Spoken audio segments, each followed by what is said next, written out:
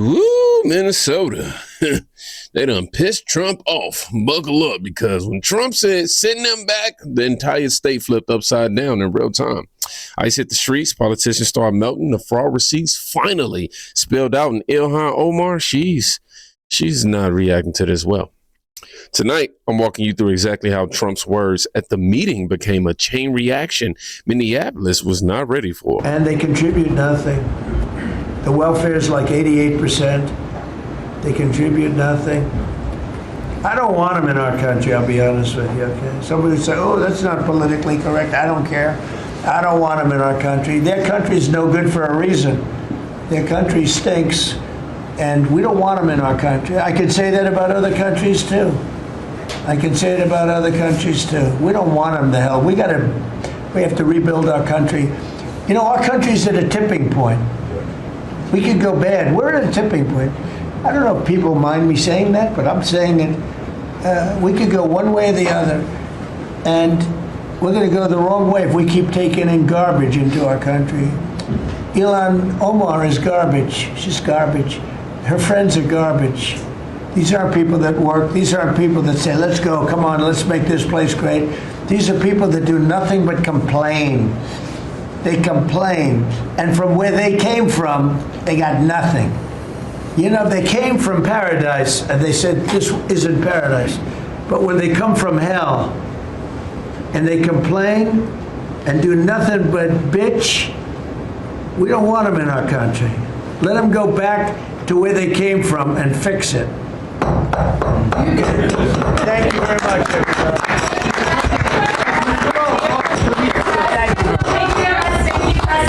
Mr. President, has Maduro offered to leave?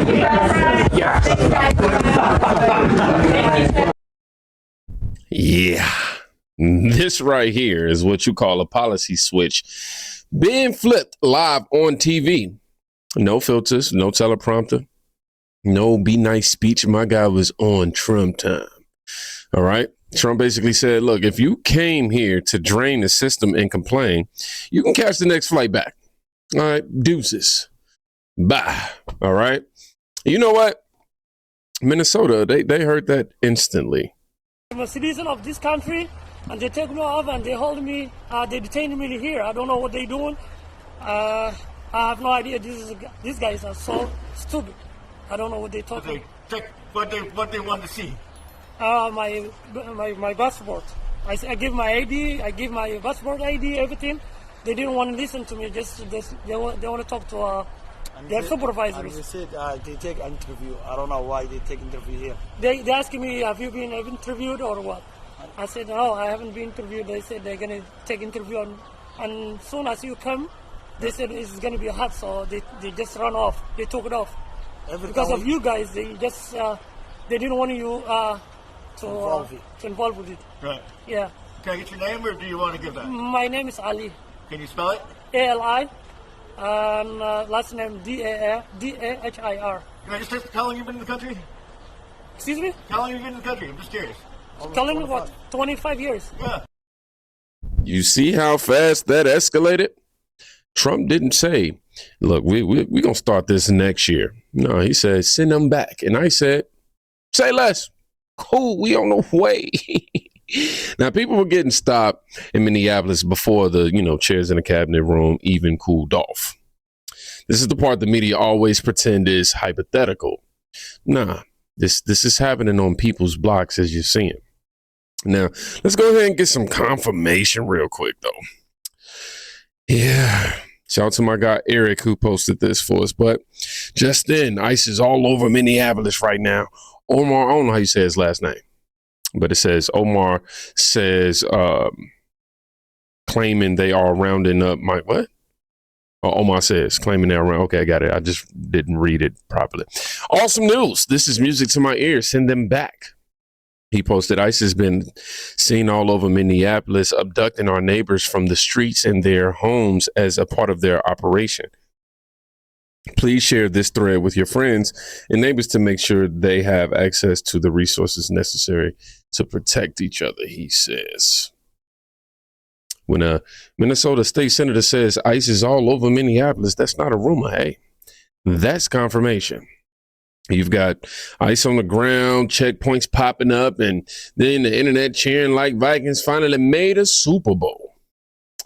And as the panic builds in the street, we'll try to see who melts first. Take a wild guess. Good afternoon. My name is Jamal Osman. I am the council member of Ward 6, someone who represents the largest East African community in Minneapolis. I am proud to say I'm a Somali American. This country welcomed me and my family 26 years ago. It has provided me a life that I did not have in Somalia. We came here and we are thankful to be here. I've been educated here, got the opportunity to serve my community, to be a council member. I know many families are fearful tonight. They are. But I want you to know that City of Minneapolis stand behind you as the leaders, both mayors and the chief and everyone that stand behind you are here to stand with you. Our community has lived through fear in the past. And we're not going to let us divide that. We're going to stay informed, we're going to stay safe, and we're going to support each other. We'll continue to working our partners on the ground so residents know their rights. They know where to turn for help. And we know that Minneapolis will not abandon. One of the things I do want to say, and obviously everyone knows that our president is racist, xenophobic, Islamophobic, and we are going to fight that.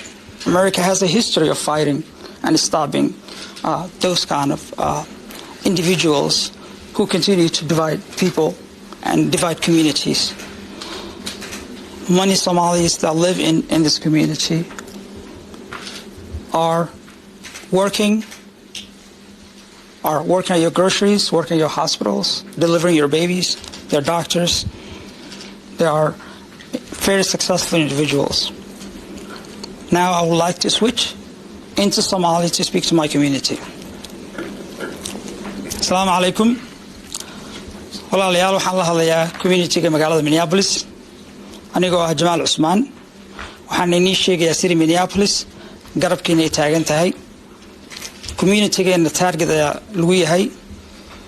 Qolyahan dalka soo galaya oo la sheegay hadda in 100 qof ka badan lagu soo wado. Waa inaan ka fijignaanaa, waa inaan la hadashaa lawyerkaaga, waa inaan ogaataa rightskaaga, United States rights ayaa ku leedahay. Waa inaanan division aanan la ku suubinin. Xaquuq baa u leedahay, due process baa jira dalkan aan joogno. Marka taxadara, City Minneapolisna waa in la taaganta, garabkeena taaganta. Thank you so much. I would like to welcome the chief. Now, this is the part where Minneapolis leadership pretends ICE doing their job is somehow racist. They go that R word again. Jamal Osman launched every buzzword like it was the last day they were on sale. Seriously. Racist, xenophobic, Islamophobic. At this point, he might as well yell phobic at stop signs. But notice something deeper. He's not calling for calm. He's calling for resistance. He's vowing to protect illegal immigrants from law enforcement. That brings us to the governor. Now, before I play this clip, I just want to go ahead and tell y'all I'm having some camera issues in terms of keeping it powered. So if you see me go all black, I ain't leaving y'all. Sitting on the sidelines and throwing out accusations, and let's be very clear, demonizing an entire population and lying to people about the safety and security of this state is beneath that. And I will just add, as a teacher and as a parent, the absolutely pathetic usage of a slur, not to me, I don't care what he calls me many things, but don't think that doesn't hurt our children, don't think it doesn't hurt people who are dealing with this. And this is not normal, it's not both sidesism. We're solving problems, we're making life more affordable, we're talking about bringing people in, and we're getting this. Walz goes, we shouldn't demonize an Sitting entire on the population. and throwing out accusations. Hold on, you had your turn, man. Wait. But he goes, we shouldn't demonize an entire population. Sir, 76 out of 80, well, 78. See, I almost got it messed up. 78 out of 86 defendants in your own state's fraud cases are Somali. That's not demonizing, man. That's math, you know. But don't worry, because while Tim Walz is busy preaching unity, the actual residents of Minneapolis are telling the truth that nobody at the podium seems to have the guts to say. I'm from Minneapolis, and Somalians are just part of the culture here. As far back as I can remember, I've always seen Somalians. And in these past 5 years, the population increased so much. It went from seeing them to them feeling like the majority a lot of places that I go. And also, over the past few years, I've noticed that I see a lot of them with new cars. So I'm a handyman, and I worked on a lot of Section 8 housing to make sure they're up to standard. And one thing I've noticed when I go to these Section 8 houses, one, it's usually a Somali family. And what I mean usually, it's 9 times out of 10. And those houses usually have new cars in the front. I mean cars with an S, multiple new cars. And what I mean usually is like 8 out of 10 Somali houses, I've seen that. And I always wondered how someone on Section 8 can afford multiple new cars. I just couldn't put it together. So now finding out about this fraud stuff makes so much sense. And you know who I feel bad for other than me for paying for that shit with my taxes? Is Somalians who came here on the up and up and who didn't break the law. Because as a black man, I know how it feels to be judged because someone else with your same skin color did some stupid shit that you wouldn't approve of. I'm not a Republican or a Democrat, but one thing I do know is I've been saying for years we need to kick Tim Walz out because he knew about this shit from the beginning. Now, this is the voice the media has, right? You got a local in Minneapolis, a local Minneapolis resident basically saying, yeah, something is off. He goes, Section 8 housing, but 3 brand new luxury cars out in your driveway. Yeah, Section 8 housing, man. You can afford you that? Every apartment, the same pattern, he says. And when the Feeding Our Future scandal hit, suddenly the math started mathing, huh? This isn't hate. I just want to make sure I specify that. This is a working class American who's watched his neighborhood get used basically like an ATM. While the people actually paying the taxes, they get ignored. But if you think that's bad, 1, you're new here. But 2, wait till the FBI decides to walk in. It's a familiar sight in Minnesota. This exclusive video shows FBI agents walking out with boxes of evidence. And that is absolutely something that our community cannot sustain. One of 2 facilities raided on Thursday, Star Autism Center's office in St. Cloud and Smart Therapy Center in Minneapolis. Familiar because this is what it looked like when agents raided homes connected to the largest pandemic fraud case in the country. And new court documents show at least a dozen of the defendants charged for their role in the Feeding Our Future scheme owned, received money from, or were associated with autism clinics. In this case, the alleged scheme boils down to charging Medicaid millions for care they didn't actually provide. Since 2017, Medicaid reimbursement claims in Minnesota skyrocketed from just under $2 million to more than $250 million. Insurance is driving what providers are providing as opposed to what patients need. A major fear of Ellie Wilson, the executive director of Autism Society of Minnesota. According to the search warrant, many of the kids receiving autism services at Smart Therapy did not appear to be autistic. The warrant alleges Smart Therapy hired young relatives who had no formal education and who were usually just on their phones all day. Look at those boxes. Computers, files, hard drives, evidence. All right. No tweets, not anti-immigrant rhetoric. Evidence. A 250 million autism scam tied to Somali-run centers. Money meant for vulnerable kids. And they're billing for sessions when kids aren't even there. This is why people are fed up. This is why you just seen Trump snap. This is why Trump snapped. This is why ICE is in Minneapolis right now. And here's where it gets even more real. Excuse me, because I'm about to... 70,000, 80,000 Somalis sent to Minnesota so they could vote in Ilhan Omar. That's how it was set up. Do you know that they are inbred so much that their IQ is between 60 and 80? If y'all don't get y'all fraudulent, scamming, cross-eyed, big four-headed, incestual asses up out of here. We know you married your brother. Take y'all illegal scamming asses on. Get out. I'm on my way to Minnesota. I'm on my way to ask you questions. You didn't want to say nothing to the white boy that was asking. You wanted to threaten the white boy, but I bet you won't threaten me. I bet you won't tell me to get the fuck on. I bet I won't. Let's go to Minnesota. Let me call my brother and my best friend, and let's start a TV show. Let's go around to all these damn places and figure out what the fuck is going on. I'm already in Dearborn. Let's start there first. Those motherfuckers need to go to. 70,000, 80,000 Somalis sent to Minnesota.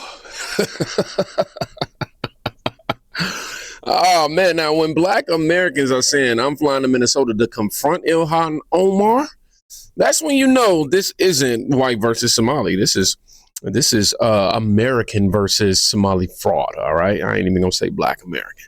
I'm just only using black because, you know, Ilhan loves to go around and Trump don't like black people.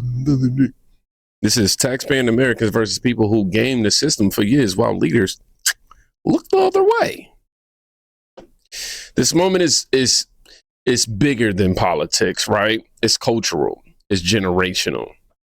And it is with one person who always seemed to find herself in the center of this storm. Congresswoman, do you agree with President Trump's assumption that you married your brother to get citizenship?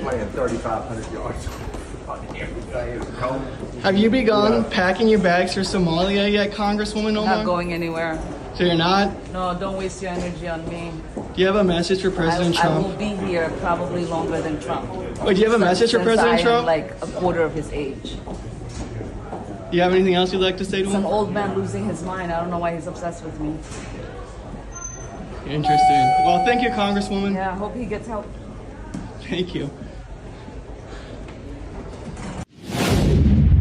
Yeah.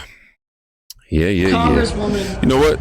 Also, it's a video below this that I want to play. Oh, no. This is just basically him saying that she married her brother again. Something that we already know.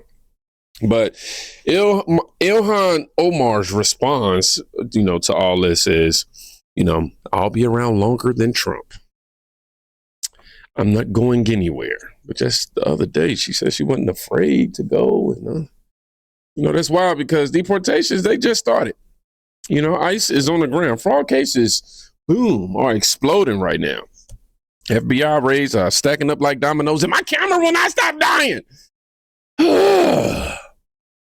Oh, man. Okay, y'all, bear with me. I'm going to try to get through this really fast because, you know, maybe I can switch the screen for y'all so it ain't that bad. Hold on, let me at least put this up here. So, boom. Y'all see somebody.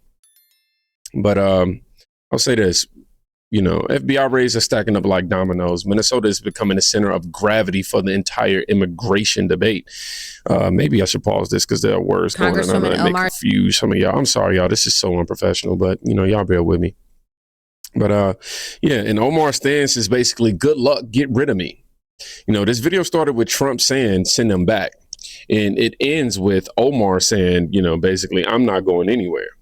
And that's the standoff. That's 2025. And that's why Minnesota is now the front line of the biggest immigration crackdown we've seen in decades.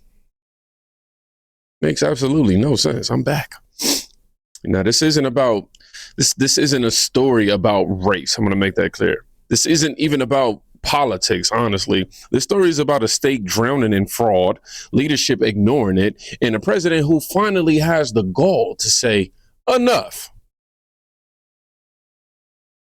I'll keep covering this as, you know, ICE operations develop.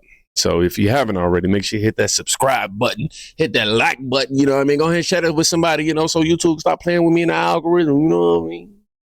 I really be joking. That's my second time doing that. I feel like it's coming off disingenuous when I tell you I'm really not complaining. I promise you I'm not. Of course, this is my job, and I do have to look at the analytics and all that type of stuff. But no, I promise you, like I'm really blessed with all of you who watch this channel and like and share, and whom are invested into the topics that I'm also invested into. So y'all be great. If you made it to the end of the video, though, did I get y'all a word? I don't think I gave y'all a word. Okay, my ADHD is kicking in.